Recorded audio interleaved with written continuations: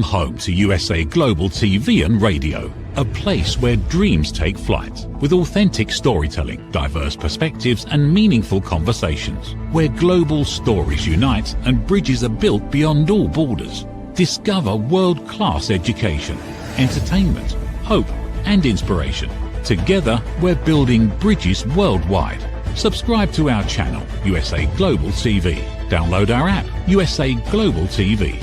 Be our guest or join our team. Visit usaglobaltv.com. Thanks to our founder and executive producer, Dr. Jacalyn Kerbeck. Music score by Yeffy Tang from Cloud Road Music. Voiceover artist Mike Porter. Creative direction by Paul Garcia. USA Global TV and Radio, your home for global connection. All rights reserved. This video and its contents are the exclusive property of USA Global TV and Radio. Unauthorized use, duplication or redistribution in any form is strictly prohibited. Welcome to my new show called Beyond Survival on the USA Global TV and Radio Network. For those that don't know me, I already have a show called This is Phlox that is dedicated to raising awareness for fluoroquinolone toxicity. In 2021, I took 3 pills of an antibiotic called ciprofloxacin, and within 5 months lost over half of my body weight and entered into hospice at 60 pounds. By some miracle, I survived, and I'm here to tell my story. And even though I am on palliative care, I still need 24/7 care, and I'm doing this show from my hospital bed. I'm doing more than just surviving.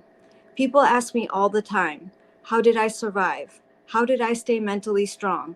And that's what prompted me to do this show. We have all been through traumatic experiences, and each and every one of us has a story to tell. And I truly believe we can learn from each other. We can learn from listening to each other's stories. This show is not focused on fluoroquinolone toxicity like This is Phlox. Rather, each guest on this show will talk about a situation they had to overcome. How did they get through it? How did they keep their spirit intact? What gave them hope? And what lessons do they have to share with the rest of the world? Each episode will come together as a compilation of lessons, and that in turn will give everyone watching this show the greatest lesson in life: how to do more than just survive. My special and first guests of the series are Michelle and TC Cunha. They have known each other since they were 10 years old, became high school sweethearts at 16, and have been together for the last 29 years. When they started dating, TC already had a daughter at the age of 15, and at 19, TC and Michelle had their own son, leaving them with 2 children under the age of 4. As you can imagine, this catapulted them into adulthood, and they did what they were taught to do: work hard, build a home, and do all the right things. But as luck would have it, a series of events happened that caused Michelle and TC to raise their grandson as his grandson lost both of his parents, one of which is their daughter, Ashley. Today, Michelle is a 3-time business owner running a catering company, a travel agency, and she's an ordained minister. TC has been a salesman at the same company for over 20 years, and today they're going to share their story of love, loss, and resiliency. So with that, I'll welcome TC and Michelle to the show. Hi. Hi. Nice to have you. You too. Thank you, first off, Talia, for even asking us to be on, and obviously Dr. Jacalyn and the whole network for having us. We're so honored to be here, especially for your first episode. I know. I know. So to kick off the show, can you tell us what it was like when you two got together? And TC already had a daughter at 15 years old. So I want to say before you answer, some people are going to be like, oh, when they hear that. But where we grew up, we all grew up in the same city. It's not that this was common, but it was not uncommon. It wasn't uncommon to see a pregnant girl walking through the halls at school. So I know some of you would be like, but that's just how we grew up. So what was that like? 15 years old, and TC has a daughter. Yeah. Yeah. So as you mentioned, we first met when we were 10. I was in a different middle school and had transferred into middle school. So it's funny, our grandson is about to be 10. And I'm like, can you imagine him meeting the love of his life right now? I definitely couldn't. And ironically, a year later, he left that middle school and went to the one that I came from. So we didn't talk again until high school. And he had a girlfriend, and obviously, as he just mentioned, he had a baby at 15 years old. After they broke up, the baby was about 10 months old, and then him and I started kind of hanging out and started dating. And she was obviously part of the package. So I didn't just fall in love with him. I fell in love with her too. So yeah, and here I go starting already telling you. I know. And it's crazy. We look back and we talk all the time about like my parents, like, and I brought home my boyfriend in high school who had a child. And if they were very different people, like this would be a very different situation. And, they just kind of went with it. And it was something that was normal to us, but not normal to the outside world. And I think that's what's unique about it. Yeah, I always say it, like if her parents were any different and strict, this might not be a thing, because they allowed me to come into their home at a young age with a daughter, and they welcomed me, and out of it all. Well, maybe they just knew that this was meant to be. And they just let it happen, knowing it was going to happen at some point anyway.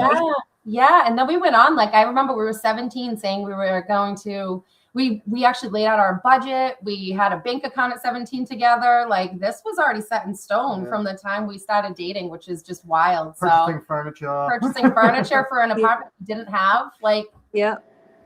Absolutely wild. Like, if we look back at it. And then we had our son when we were 19, like you mentioned. And now here we are, 19 years old, 2 kids under the age of 4. And we didn't want to be, I guess what people would say is the teenage parent statistics. And we didn't hang out with friends. We didn't do much of anything. It was all about the kids and what you would think the traditional like story would be. We bought our house in our 20s. We got married. We did the Disney trips and the family holidays at our house, and everything that I thought, is obviously, like you said, the right way, and how people would think you should go about things and not falling into that hole of teenage parents.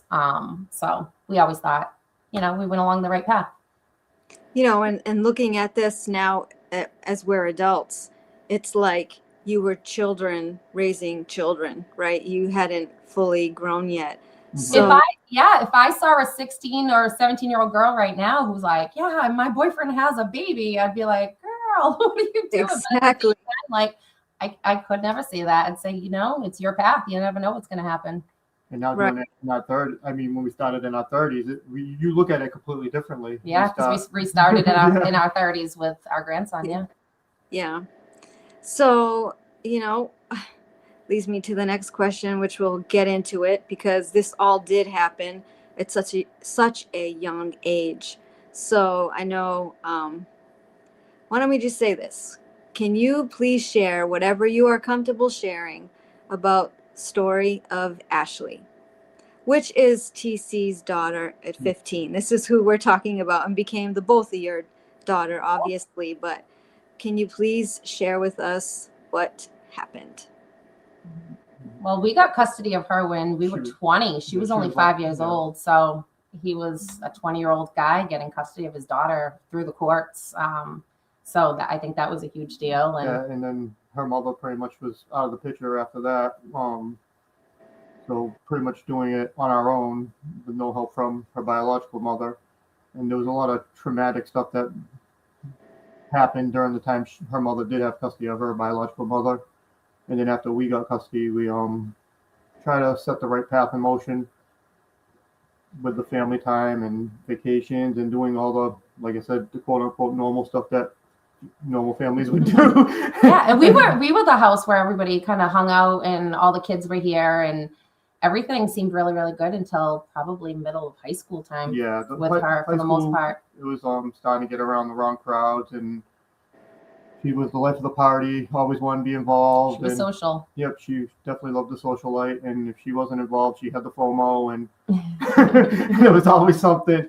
Yeah, so yeah, it just Yeah, we obviously think that kind of led her down that path where, they were experimenting with things. She was very stubborn, didn't want to listen to us in high school, that was for sure. We got a message, probably it was end of 2014 to beginning of 2015, from a friend of hers who was looking out for her best interest. And that's when we learned that she was actually doing opioids. And to find out something like that, like, I don't think we understood the weight of what that meant. Yeah, it was tough because you don't know the actual depth of it, I guess.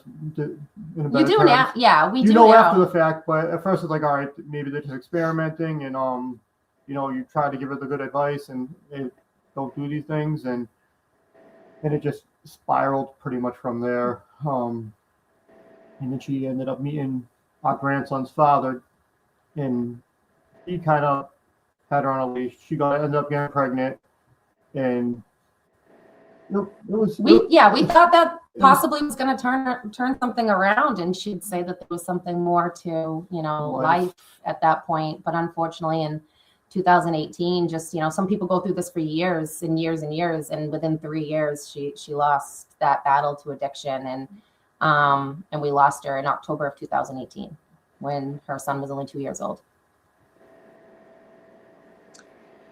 Can you tell us what happened to the baby's father as well? Yeah. Viewers are probably wondering why so what happened? Yeah, so shortly before Dom was born, he was actually a victim of gun violence, got himself into a situation, and he was murdered pretty much, in better terms. He was shot with gun violence, and he just didn't make it out of that situation. And that was 2 months before Dom was born. So he was murdered. Yep. And 2 months before Ashley was about to give birth, I'm sure that was so traumatic for her, for you guys too, and never got to meet his son, which is sad. And then over the next 3 years, you had your struggles with Ashley and her addiction. I think a lot of us think if something bigger comes into your life that will take over and the addiction will kind of fade away. But in some cases, obviously, as you saw, that didn't happen. Yeah. She was in treatment off and on. I spent a lot of time trying to find the right answers and trying to do the right things and try to find the happy medium of, giving distance, but doing enough to try to make sure she is working on getting on the right path. So there was plenty of times I had to have her sectioned. She went to Lowell, to a girls program that she was there for a while, and but at the end of the day, it just none of it was successful. And understandable. It's just thinking as a person that has addiction, you get so deep into that hole, and you don't see a light to get out of that tunnel, and it was a tough situation. And like I said, there's so many things that I tried to do, and hopefully I was doing the right things. And you never know. Everybody's personality is different when you're dealing with addiction, and how to help them. And I wanted her to try to figure out. She has so much life to live. She has a son to worry about. We just kind of lost that battle with her. And it was tough. It was tough. There was a lot of sleepless nights looking at my phone, watching the text, hoping to hear from her.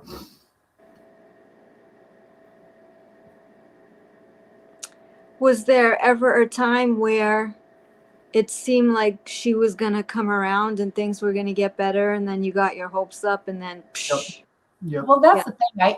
I think nobody wants to be an addict or go through that. Nobody's ever going to stop and say, this is what my life is going to be. And I had it in my family. A very, very close family member actually overdosed the same weekend as he did. He made it, and he's still with us, but he obviously battles addiction. You just don't think it's going to come into your own four walls also. And I know she didn't expect that either.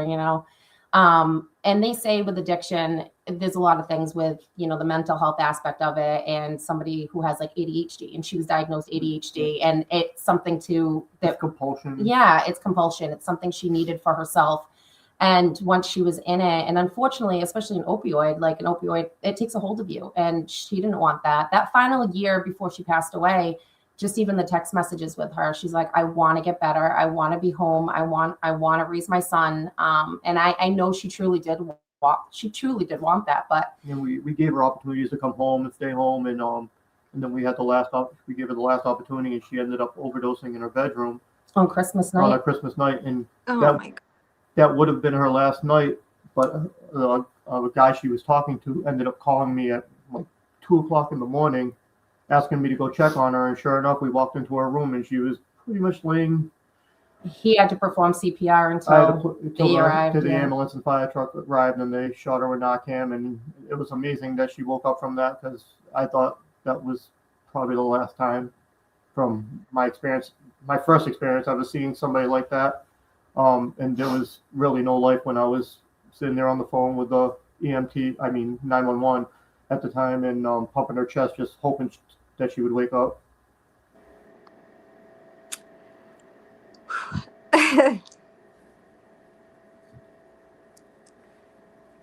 That was the hardest thing, because that's when we had to make the decision that she couldn't come back home, because we had Dom in the house, and we didn't want to risk her having that stuff in the house and something happening to him. Like, he had to become top priority.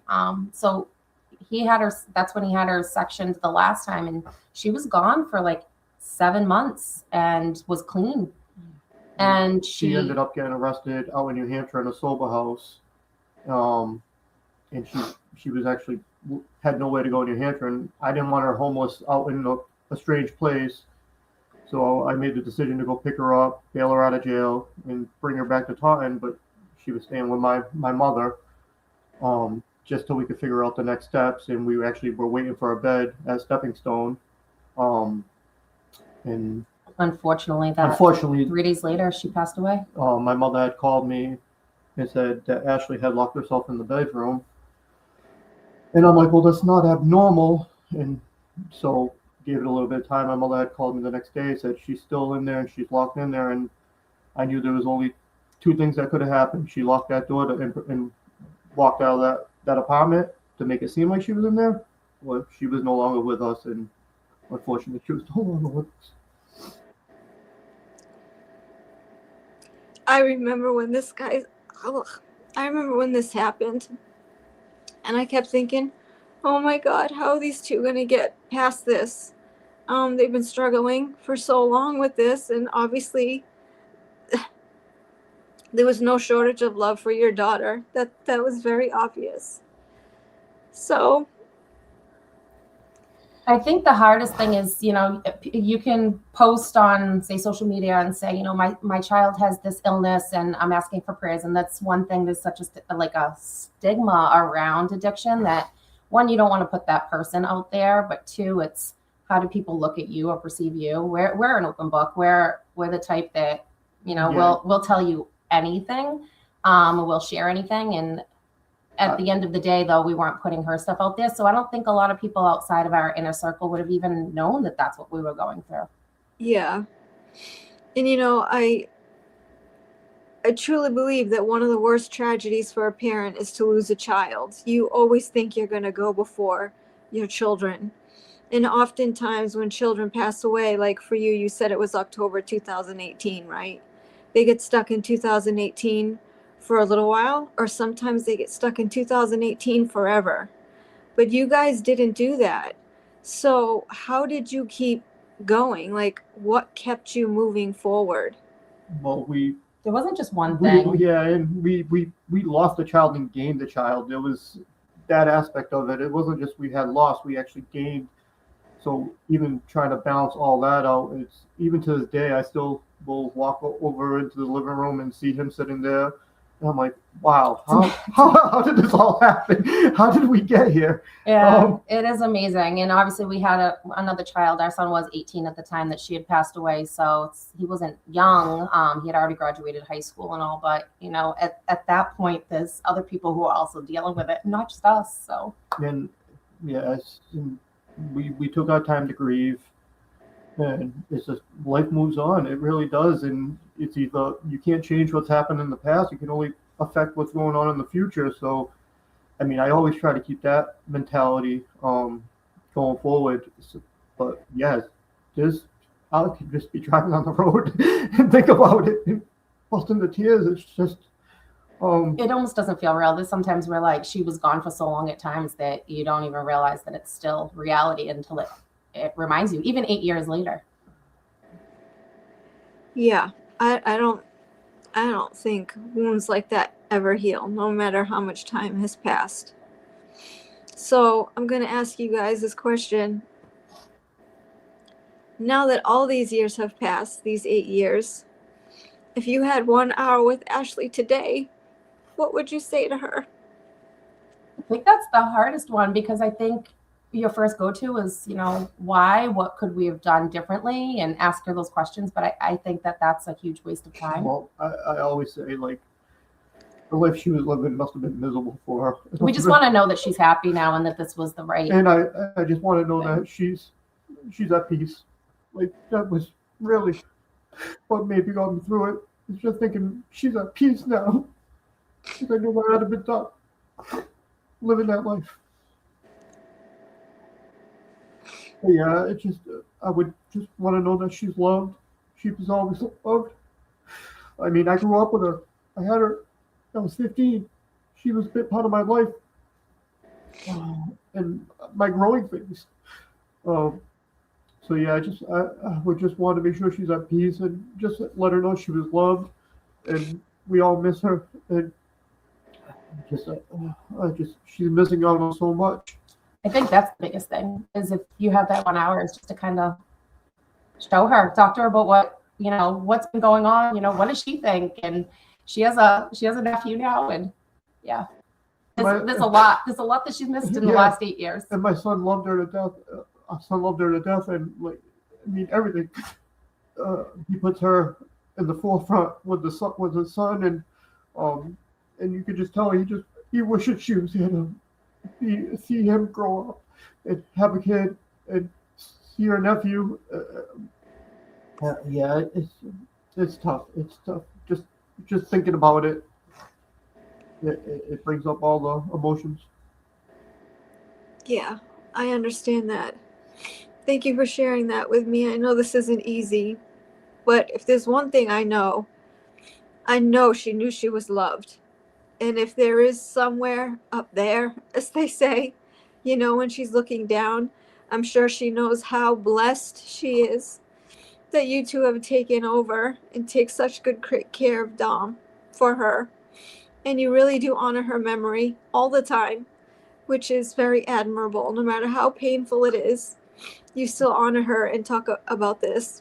Oh, and Dom reminds me every day. He's just like her.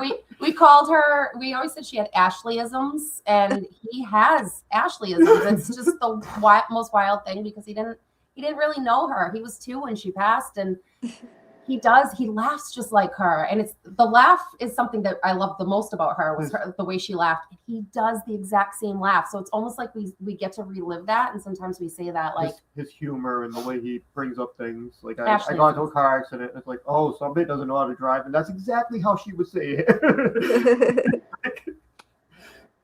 With all of this, you know, the struggles you went through with addiction and losing your daughter and moving on, and I think you guys have done a great job of moving on with your lives, obviously still respecting Ashley.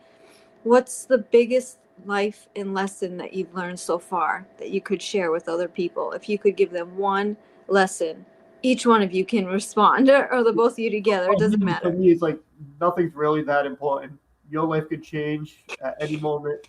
The trajectory of what you think is going to happen could change at any moment, and you know just as well, Talia, like, anything could change your life don't take it all so seriously. We're only here for a short time.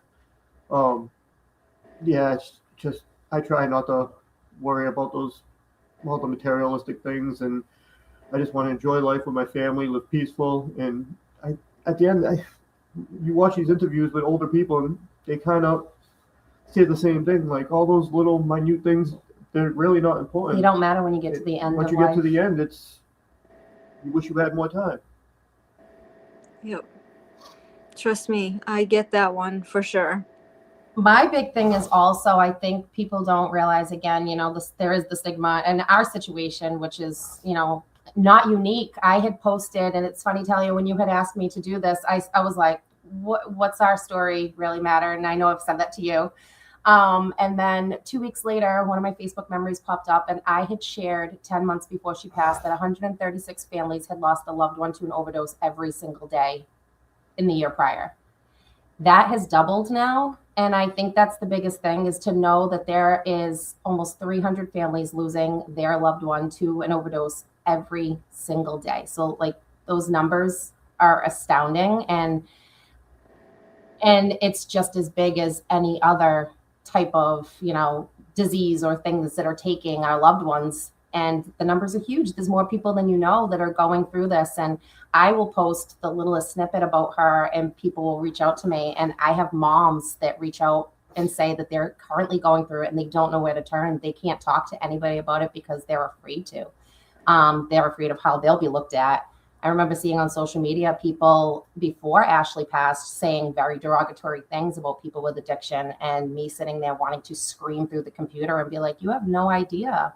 These aren't just an addict. This is Ashley. This is this person. They have names. They're people. They're our children. They're our siblings.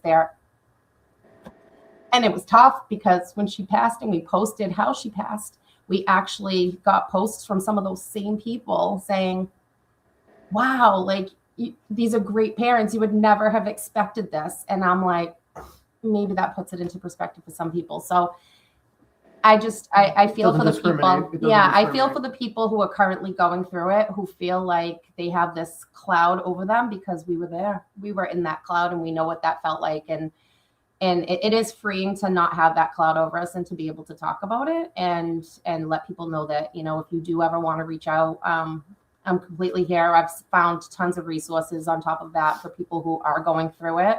Resources I didn't even know about when we were going through it. Yeah, and the guilt never leaves, because you always feel like you could have done something more. So it's just you're going to live with it for the rest of your life. The guilt's always going to be there for me, to know that if maybe I did something wrong, or should have did something differently, or could have done more. But the past is the past. I can't change it. I can only move forward and help Dom become a good young man. You mentioned when I first asked you to be on the show, and you were like, what do you mean? Like, I don't have a story to tell. I'm like, what? Are you kidding me? And, and your point was that so many families deal with this, so it wasn't unique, is what you had told me. But I said the way you guys handled it is unique. And that is what has touched me so much, is that you just took over and did what needed to be done, took care of Dom. You still had your other son you have to take care of. You still kept going on with life.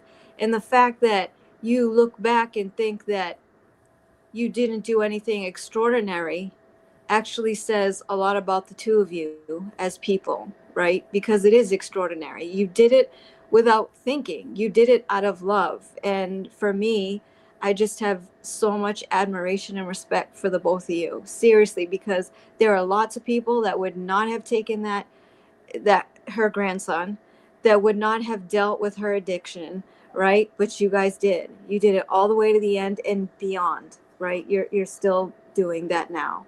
So I just wanted to throw that out there, because I do think it is something that is beyond survival that you are doing. It's not just like what everybody else is going through.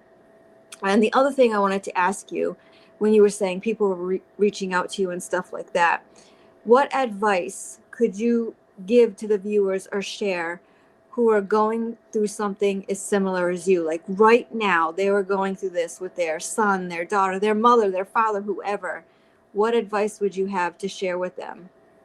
Find community. You feel so alone because none of your friends or most of your family, they don't know what this feels like. A lot of people know what it feels like to have like a sick family member or something like that. This feels hard because you feel like you're also in a role where you need to manage it somehow, whether it's by tough love or by, doing as much as you can. And there's huge communities out there. So we join Facebook groups for a million different things, but there are huge communities of people who have been through this and people who are going through this who can be an ear for you. And you don't have to talk to the people around you because they're not going to understand, but there's enough of us that do completely understand what you're going through. And I think there's more resources now than there was 8 years ago when we lost Ashley. Yeah. So there's definitely a lot more resources now. Yeah. So bringing more light to it. Yeah, my biggest thing is just find your community, find your people, find people who understand what you're going through, because that's critical. It's critical to know that other people. And I think, when we, just because we're open books, I think it's easier if you spark up a conversation with somebody and you find out, and then you might find a resource that you wouldn't expect.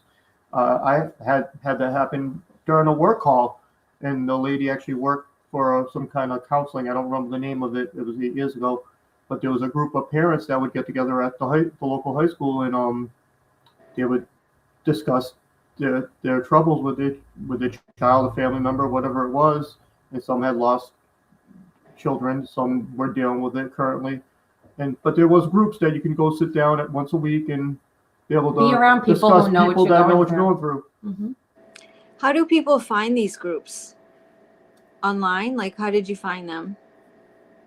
His just happened to be in conversation, and there's a local one here in Taunton that they do it, and it's grandparents that do get together that are raising their grandchildren for whatever reason, and a lot of them are in the same situation that we're currently in. So there's a lot of Facebook groups that are geared directly towards it. So I always say, Facebook's one of the best places. And even if you don't write in there, maybe if people don't feel comfortable, just reading and seeing what other people's recommendations are or what they've done, I think is huge. And I didn't know about any of those back then, 8 years ago at all. Yeah, because even our town now has gatherings every so often to give resources that we didn't have 8 years ago when we were dealing with this.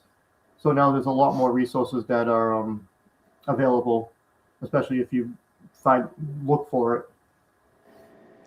I think one of the most unfair things about addiction and why there is such a stigma is because people feel that the person can control it and it's their choice.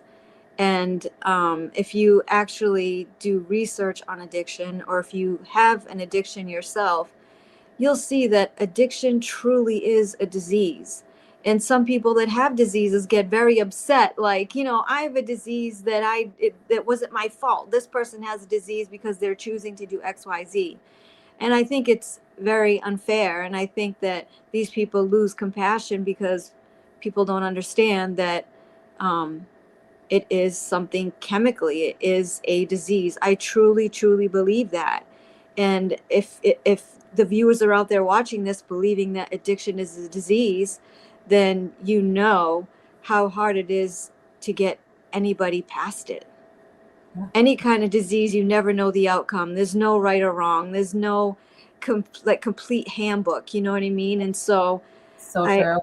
I know, yep. I know you guys are going to struggle with guilt. And I know no matter how much anybody tells you not to, you still will. That's just the nature of a parent and loving their child. But I think you guys really did the best and continue to do the best even after she's not here. So talk about loving someone beyond the grave, literally, right? And their son.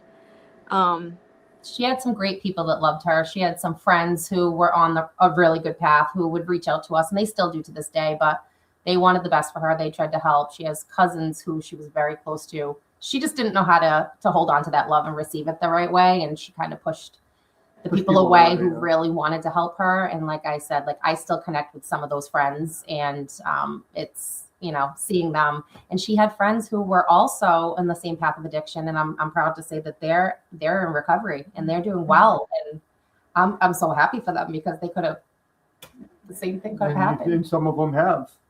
Yeah. Some of them did lose, and Yeah. you know, some of them I'm so proud of to hear that they're doing good, you know. Yeah. So We're thankful too. We had a good family support group around us that, especially when it happened with Dom and everything, they were very helpful and helping watch him when we needed and being there for us as much as possible in those tough times. And you know, most people watching this don't know you. This is why you're on the show, right? They don't understand how loving and such kind people that you are. So I think that's also why you got such the outreach that you did and the support, because you are that way for other people. You know, at least that's how I see it. I know sometimes you were probably disappointed by people. That's natural, but you really do have a lot of people that love you. I can see that. I'm one of them, but We love you back. I know. You're special. You're a special person. Yeah. And to close out the show, if we have time afterwards, we'll take questions. But if you've seen my other shows, so you know I always close every show, no matter what show I'll have, with a message of hope. So can you two give our viewers out there who may be going through something similar a message of hope? How to get through this, how to deal from a tragedy like this, anything you think can help people do more than just survive.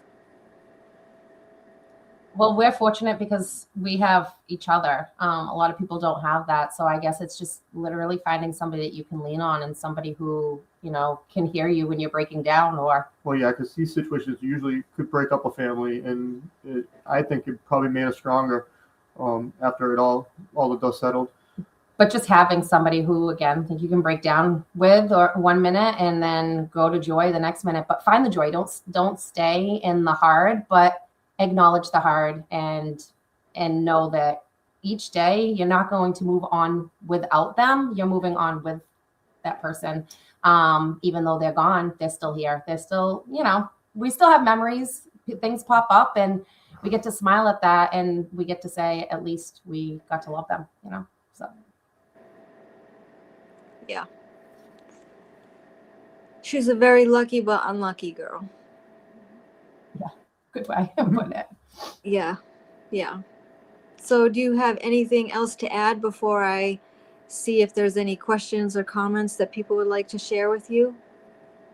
Nothing No, besides thank you so yeah. much for having us, and everybody for tuning Listening, in and yeah. watching and listening. Again, like, I know there's a lot of people who are currently going through or have been through it. Looking at the statistics to know millions of people have already gone through this is huge, because that's 80,000 people a year, that families a year that are losing a loved one. So Yeah. And when we found out that when she did pass, it was straight fentanyl. It wasn't. There was nothing else in her system. It was just pure. it's scary. fentanyl. So It was at this scary, point, yeah. it's just making sure that, you know, we're all being aware, and we're all teaching our children, you know, the dangers of all of this stuff. And you can only do so much, but give them the tools, and that's all you can do.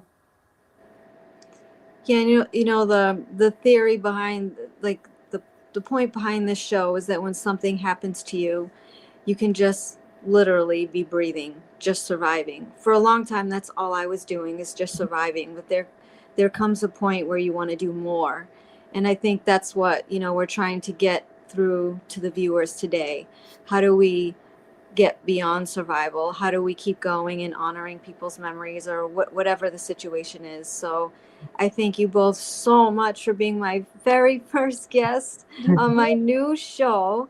And Dr. Jacalyn, if there's any questions or comments, okay, first one. Yeah. As communities, we need to stop the stigmatism of mental health, addiction, and suicide. Yep. Absolutely agree. I don't know how we get there, but I definitely agree. It's here. So that's the biggest thing. It's not. I always feel vulnerability brings us together more than not talking about it does. Yeah. You know,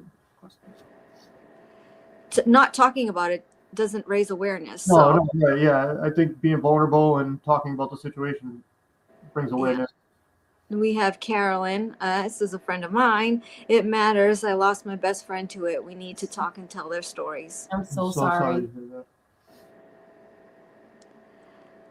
Knowing y'all in high school, after moving to Florida, kept in touch via Facebook, followed the story, and still listening, already knowing I'm crying. Love you guys. You two are some of the strongest people I've ever met. See, I told you. Yes, it is. Very heartbreaking. Thank you.